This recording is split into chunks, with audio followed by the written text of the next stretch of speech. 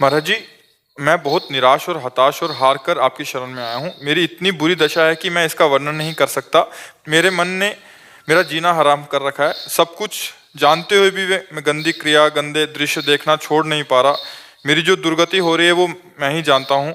मैं सारा दिन घर में पड़ा रहता हूँ। डिप्रेशन की 6-7 वर्ष से दवा चल रही है। मैं किसी भी कार्य योग्य नहीं रहा हूँ। नाथ मुझे बचा ले, मैं कोई भी कार्य अगर नियम मेरी से नहीं बात कर मान जाओ तो सब ठीक हो जाएगा। तुम्हें कुछ नहीं छोड़ना। हमारी बात पकड़ो, पहले बहुत आराम से सुनो। देखो, आप आज आज से निश्चिंत हो जाओ। हम जैसा कह रहे हैं, हम बहुत सोच के कह रहे हैं। तुम पहले अपने दिमाग से हटा दो कि मुझे कुछ छोड़ना है, ठीक है? अब आपको पकड़ना है। बस आप नाम पकड़ लीजिए। जो हो रहा है तुम उसकी चिंता मत कीजिए। और प्रसन्न मुद्रा में रहिए, प्रसन्न रहिए और थोड़ा कुछ काम कीजिए। क्या काम करोगे? घर के काम है कुछ? थोड़े बहुत नहीं, घर में कृषक किसानी होती है?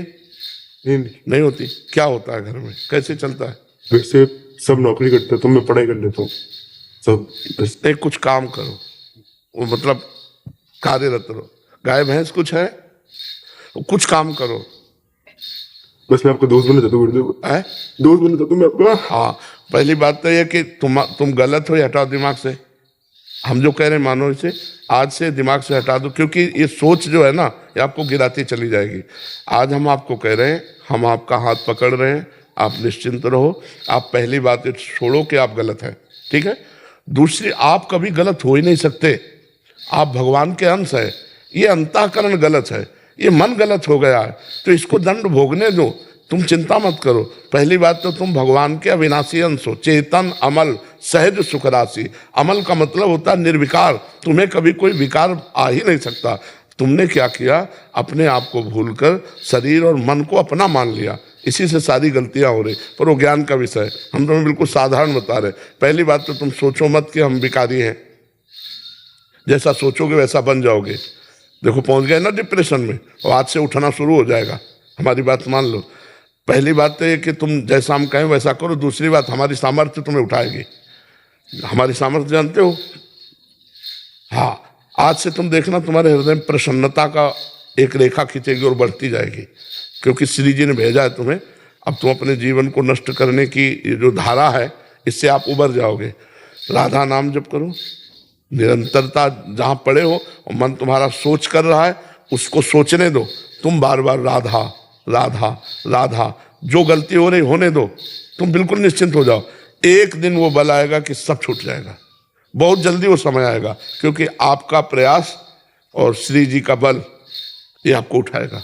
आप इससे उठो, बिल्कुल निश्चिंत रहो। तुम कोई भी गलती का टेंशन मत लो।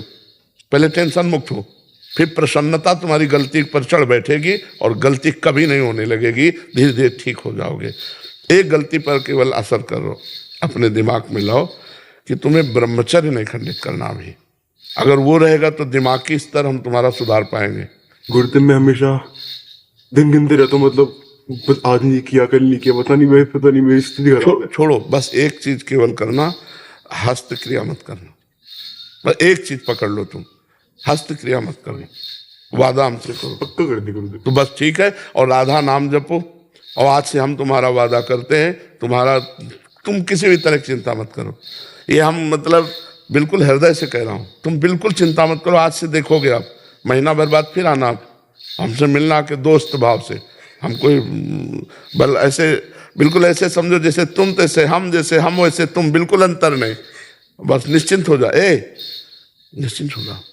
पापी को गुरुदेव बहुत दिक्कत, मैं आपके सामने हूँ। नहीं नहीं नहीं, ऐसा नहीं नहीं नहीं, बिल्कुल हम तुम दोस्त हैं, कोई पापी नहीं।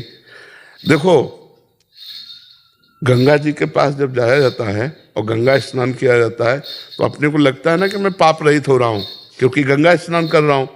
तो गंगा जी ने भगीरथ से पूछा कि जब बहुत से पापी हमारा स्पर्श करेंगे तो मैं मलिन हो जाऊंगी, तो मेरे पाप कैसे नष्ट होंगे? तो उन्होंने कहा, साधवा समदर्शिना, जो प्रशांत मन साधु भगवान के चिंतन में लगे, वो जब चरण रखेंगे तो गंगा निष्पाप हो जाएंगी। और तुम धाम में बैठे हो और साधु संग कह रहे हो, अब पापी नहीं हो। यदि पापी होते तो मेरे सामने ना आते। जो पे दुष्ट हृदय सोई होई, मोरे सन्मुख आव की सोई। पापवंत कर सहज स्वभाव भजन मोर। अभी तुम्हारे ऊपर भगवान की विशेष कृपा है, तुम आज से डिप्रेशन रहित मान लो। अब मत मानना कि तुम डिप्रेशन में हो, तुमसे जो गलती हो उसको होने दो, बस रोक लो, हस्त क्रिया मत करना। हस्त क्रिया मतलब समझ गए ना, हस्त मैथुन मत करना, और नाम जप करो। और जो हो रहा है तुम बिल्कुल ऐसे समझो कि बाबा ने पूरा ठेका ले लिया, अब हमको कोई चिंता नहीं। आज से तुम देखना आपका परिवर्तन होगा।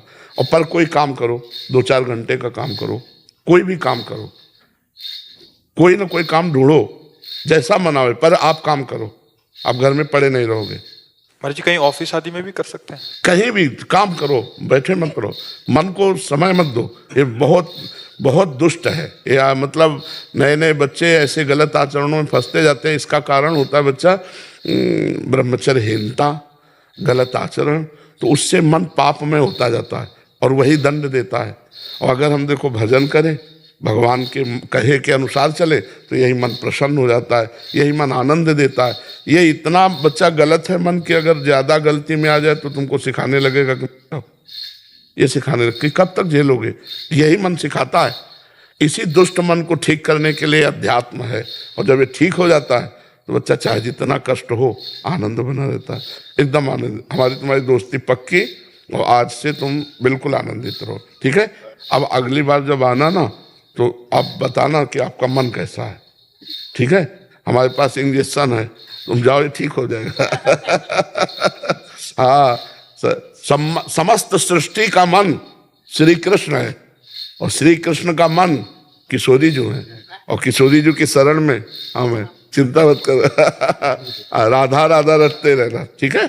आप प्रश्न इसको एक श्री जी का प्रसादी चुनरी लाओ, इसको दे प्रसादी, बरसाने की श्री जी की चुनरी का एक प्रसादी। मस्त रहे यार, हमारी जिंदगी ही जगत के लिए है, मस्त रहे। I love you Gurudev, I love you.